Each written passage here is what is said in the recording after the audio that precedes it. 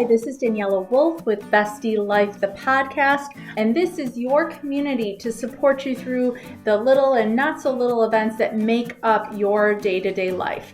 From the I've got this moments to the I just can't moments.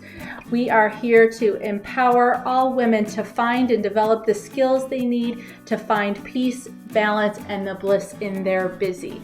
Through solo episodes as well as interviews with amazing women who share their journey and their story and how it works for you. I hope you find the inspirations to make you laugh, think, as well as maybe rethink what you thought you knew, and connect as we realize that we are all living similar ups and downs and don't have to do it alone. So excited for you to hear this episode, and thanks so much for joining me today. Hi, this is Daniela with Bestie Life, the podcast. And today I'm so excited for you to meet Alessia Citro.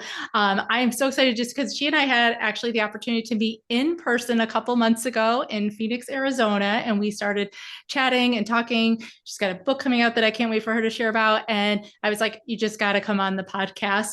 She is a certified life coach who specializes in habits, which are amazing. And she is really passionate about advocating for creating fulfillment through expression and authenticity. She is a serial entrepreneur and a real estate investor, and she draws from her own experiences when it came to walking away from a 7-figure wine business as well as alcohol itself in developing her higher self habits method, which I know she's going to share with us because it's this great customizable framework to not only guide her through her sobriety, but also changed her life for the better. She's also got a book coming out, Higher Self Habits, the scientific, strategic, and spiritual framework to get out of your own way for good. And that's going to be coming out soon. And I know there's a whole story of this journey that you've been on and how you got here, Alessia. So thank you so much for joining us today. Thank you for having me. I'm so excited to be here. This has been a long time coming. We've been busy and reschedules, but we're here. Yes, absolutely. Absolutely. So can you share a little more about your journey? I know there's a pivotal moment on a flight from Maui and all sorts of stuff. So how did you get here, Alessia? Oh my gosh. Okay. So Cliff's Notes version, I was doing all of the things in terms of like the dream career. I was working in tech sales. I had been at Salesforce, very successful there, and then landed my quote unquote dream job at Google and started there March 2nd of 2020. So you can do the math on that. So unfortunately, at the time, my daughter was 15 months old and her school, her daycare closed down. So here I found myself onboarding at the most technical, challenging, demanding role of my professional career with no childcare. I was working 3 hours a day while she napped. My boss knew this, all of that. And before you knew it, I fell farther and farther and farther behind. Now, my identity was tied to performance. Being a top performer was who I was, and that was taken away. And so I had an existential crisis, had a massive depressive episode that led to me taking 3 months of medical leave to deal with. I came back, was fine for a month, and then again, this misalignment. And I knew that if I stayed doing this role that was not the right one for me, that it might put me 6 feet under. Literally. Wow. Yeah, that's huge. Drastic. So around that same time, my husband and I closed on a real estate investment property in Maui, a vacation rental. And on the flight back from getting it all set up, my husband's a road warrior. He travels all the time. So when I travel with him, we frequently will get upgraded to first class. Wow. This was one of those times. We're boarding. They say, hey, Citro party, we're upgrading you. We get split up. And I end up being sat next to Jody, one of my dear friends to this day. And she ends up being the push I needed to leave the job that was not right for me. So I gave notice the next day, wrapped it up, and then off on this journey of entrepreneurship I went. Of note, we talked about, and I've got the fireworks on Zoom now.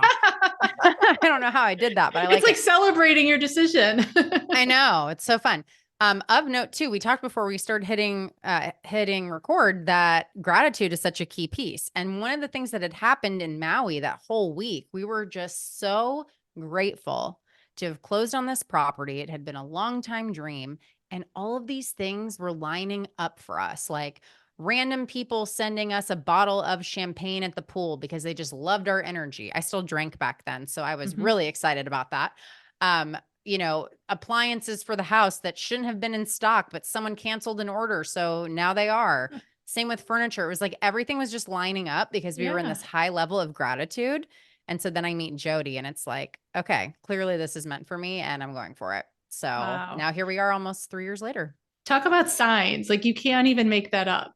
Oh my gosh, I get them all the time. And here's the thing, we all get them all the time. It's a matter of whether or not you are open to seeing Mhm. them. So if you get like that nudge or that little, I like to call them God winks, like Yeah. it is that. So I'll get signs in like random ways. Like my grandparents say hi all the time in the form of like hummingbirds, butterflies. I had a bookmark fall out of my great grandmother's Bible the morning of my grandpa's funeral service. Oh my That was the gosh. same prayer on the bookmark that was said at the service that I couldn't be at because of COVID. Like just synchronicities like this happen to me all the time, but I've come to expect them now. And I let the universe surprise and delight me. I love that. I love that. So how did you end up then becoming a life coach, especially specializing in habits? Okay, so I left the toxic corporate vibes for toxic entrepreneurship. I like carried all the same crap I had left into like starting Mhm. my own business. I feel like that's kind of a rite of passage. Like the more people I talk to, I think we all go through some Mhm. level of that. And I burned out. I was also, drinking way too much. So I was creating one business from scratch, but I'd already built an online wine business that, as you can imagine, did very well in COVID, right? Mhm. Yeah. I ended up walking away from that, grew to 7 figures in 2 years, walked away, no longer drank. And the way that I shifted into habits was it was like just following these breadcrumbs. I mentioned my grandparents, they passed about 15 months apart from one another. And after my grandma passed away, she died after. They had a joint memorial service and I was asked to write the eulogy. And both of them were like the most amazing people. And they lived Mhm. collectively almost 200 years. They both died at 97 and a half years old. Holy They lived, cow. oh yeah, I've got good genes, right? Yeah. So I'm like, maybe I should, yeah, not drink so I can make it that long. In any event, I'm like writing their eulogy and I'm like, I am just so far out of alignment with all of the things that I looked up to and respected them for and admired them for. And like, if I continue going down this path of like chasing profit, grinding, like not being present with my family, drinking too much, not taking care of myself physically, like I'm not going to have the life that I know I could have. And so, like, your girl, like, I love spontaneity. I love to have fun. I still am those things, but I've now found a way to create habits that will support that so that I can live my best life. You love all the Mhm. best life. Yeah. That way I can live my best life without, you know, sacrificing my health and the things that are actually important and that contribute to legacy and impact. Right. And the fact that you talked, earlier as far as like starting a business became, your own segue to burnout. And the fact that you said it's almost like a rite of passage. That's one of the things, that I talk about sometimes with entrepreneurs is we don't even realize we think burnout's going to come just from something we don't like, like a toxic job, but our passions can lead us into burnout almost more so because Yeah. we don't want to avoid it. We love doing it. We go all in, whether it's a business, our kids, those kind of things. And so that is something I see so many entrepreneurs dealing with is because they get rid of their boundaries. They're constantly working, they're doing all the things. They don't want to let go of anything because that's their baby. And we set ourselves up for that thinking we're going to be more successful by working harder when instead we're self-sabotaging. Amen. Drop the mic on that. Yeah. Yeah. Just read 10X is easier than 2X by Dan Sullivan and Dr. Ben Hardy. And they talk about the rugged individualists that entrepreneurs start as. And I mean, you got to let go of things. Otherwise, it's a sure recipe for going downhill. Yeah, absolutely. Absolutely. So let's talk about the habits because I think just like boundaries get a bad rap, and boundaries is one of my favorite B words, I think habits get a bad rap as well. People think they're going to be rigid or boring or just too restrictive on their life. So let's talk a little bit more about that and how so much more freeing they can be when you do them right. Oh, yeah, absolutely. So the biggest thing is to make them as small as possible. So starting out, what is the intention? Like, why do you even want to put this behavior in place or stop a behavior? Is it because you genuinely desire doing that because it's going to get you closer to the version of you aspire to be? Or is it because this is an expectation and you're shoulding on yourself? Mhm. I tell my clients all the time, don't should on yourself and don't let other people should on you. So that's the number one thing. Then reverse engineering from your aspiration or your goal. What are the day in, day out behaviors that you need to be doing? And then where do you start and how do you pare them back so that you're going to scoff at how insignificant this behavior is? Mhm. It needs to be so small you don't think it will move the needle, but you keep doing it day in and day out and it will compound. And that is how you can completely transform. In the book, I talk about the fact that if you improved just a 0.5% a day, by Mhm. the end of the year, you would be 6 times better than you are today. Wow. That's amazing because I think we don't give small movement enough credit. It has, No. we set the expectations too high and then we're not successful. Yeah, I think I don't know if it's like an American thing too. It's like this bigger is better, like go big or go home, this Mhm. all or nothing crap.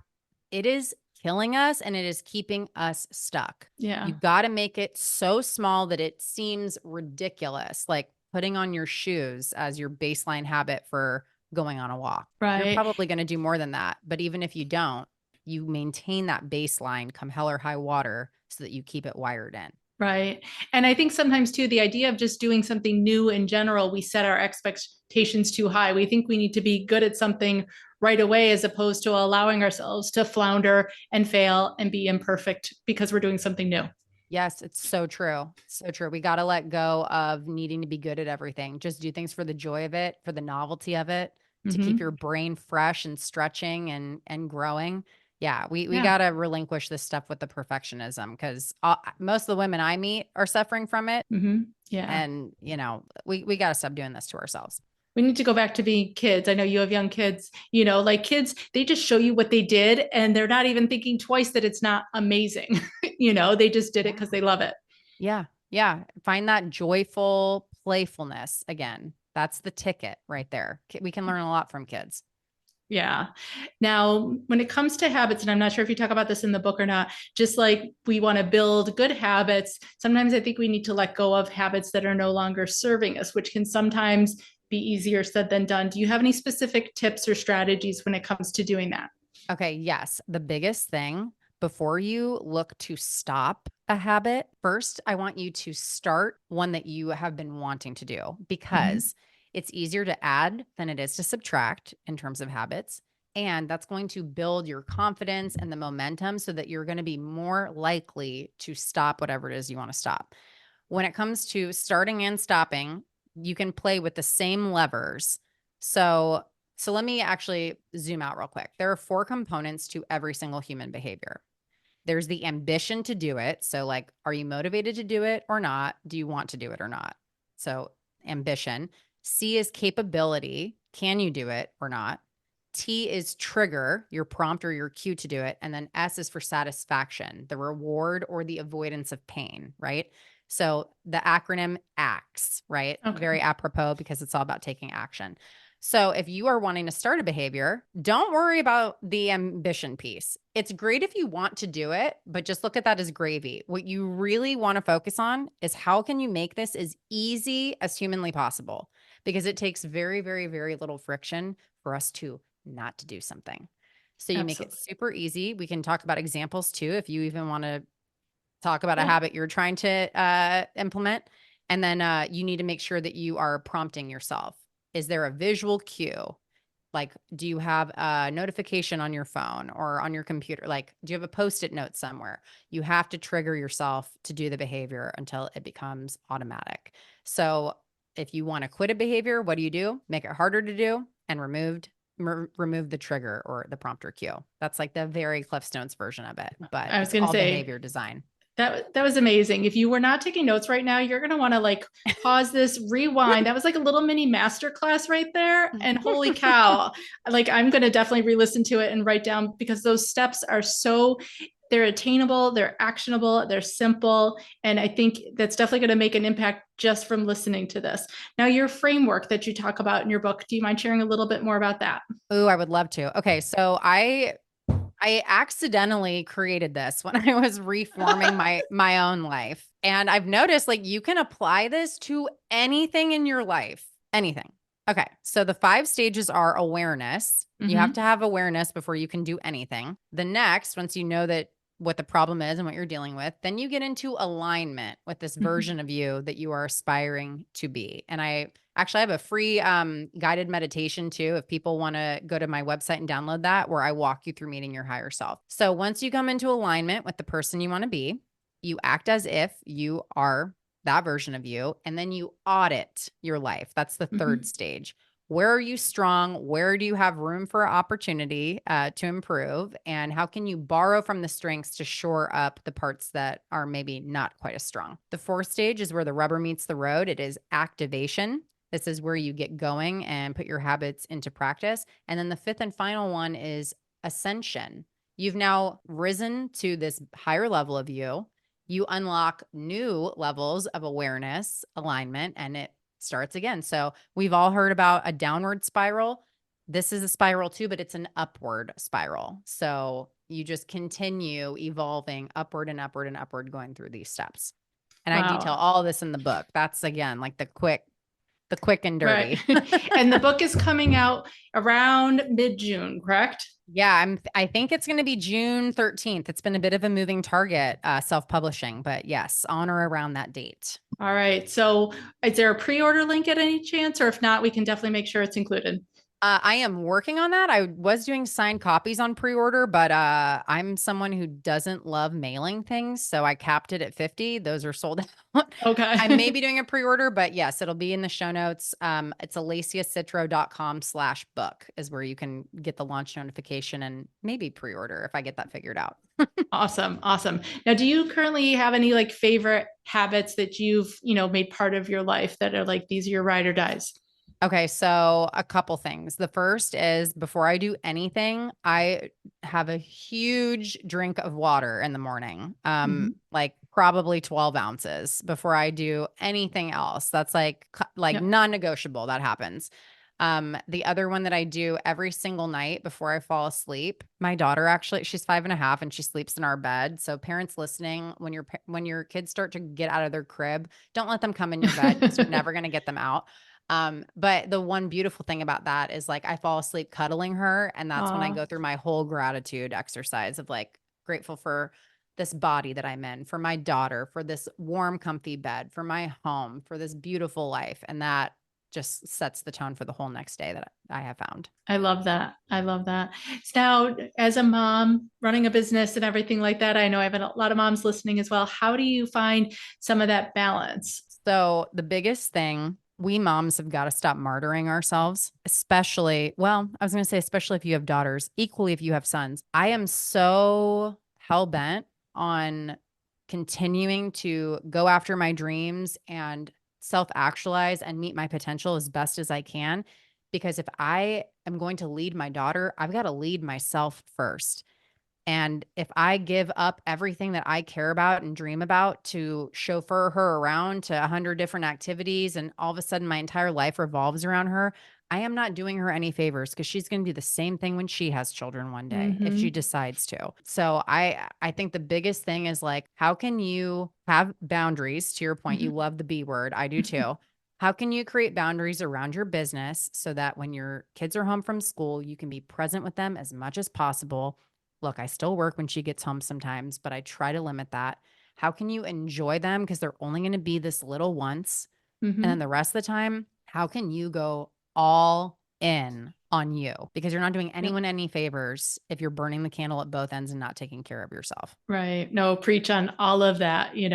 I'm at the other end of the spectrum now. My youngest left for college. We're empty nesters, but I started my journey when they were young, super young, and they watched me do Yeah. those things and take care of themselves. And I see them now as adults doing those things because of that. Like we've talked Yes. about it as far as how to take care of yourself, how to manage that stress, because if we don't show them how, they don't figure it out on their own. It's so true. And, the other thing I do, and I think that this is a good way of balancing things too. I'm very open with my daughter. She's 5.5, like I said, but Mhm. like I talk to her as if she's an adult. And so I'll tell her like when I'm stressed and what I'm doing to take care of it and why I'm stressed. The other thing is like more's caught than taught. So like when I Mhm. stopped drinking wine, I remember she was about 3 years old. And one of the first nights she said, Mama, where's your wine? Oh Like gosh. they're picking up on everything. Now she wants to Mhm. write a book on habits because I am, right? I Like, love it. so like they're gonna model you whether you want them to or not. So like, are you modeling the type of behavior that you would want them to have? And if you're not taking that time for yourself and filling your own cup, like they're not going to either. Yeah, no, absolutely. Absolutely. So I hope, you know, letting go of the guilt of doing these things for yourself when you see the benefits that it has for our kids, I hope people are internalizing that. Yes. No more guilt, no more shame. No, absolutely Yeah. not. And then gratitude. I know we've kind of touched on it a little bit, but I always think that's an underutilized form of self-care as well. And so what would you say are some of the things you're the most grateful for? It immediately drops in. I shared some of them as I'm falling asleep, right? But I have gotten into the habit now, of being grateful for when things go awry.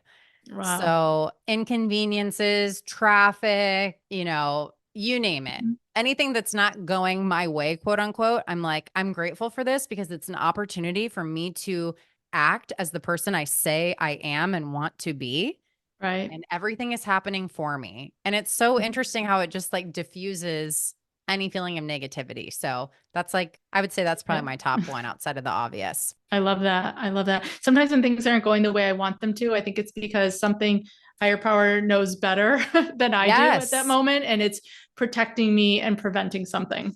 A freaking men. Yes. So, Alessia, how can people find you, work with you, as well as grab that book? All right. So if you go to my website, it's got everything there. It's ALESSIACITRO.com. And then I'm really active over on the gram. So you can Mhm. find me there at Alessia Citro and 2 underscores. But yeah, I'm working right now on a habits spirit animal quiz, which will help Ooh, guide you to what your best way of implementing habits is. Books coming out, got a podcast. So come find awesome. me and we'll connect and be friends. That's awesome. And all those links will be live in the show notes below. So, thank you so much, Alessia, for joining us today. Yeah, thank you for having me. This was so fun. Thanks so much again for joining me today. I hope you enjoyed this episode. Please let me know any questions or comments that you have. Also, if you can please leave an Apple 5-star review so that this episode can be shared with more women. There's 2 quotes that I love. Alone we may be strong, but together we are stronger, as well as when women support each other, incredible things happen. So let's be stronger and incredible together, as well as maybe just have some fun along the way. Thanks so much and talk to you soon. Bye.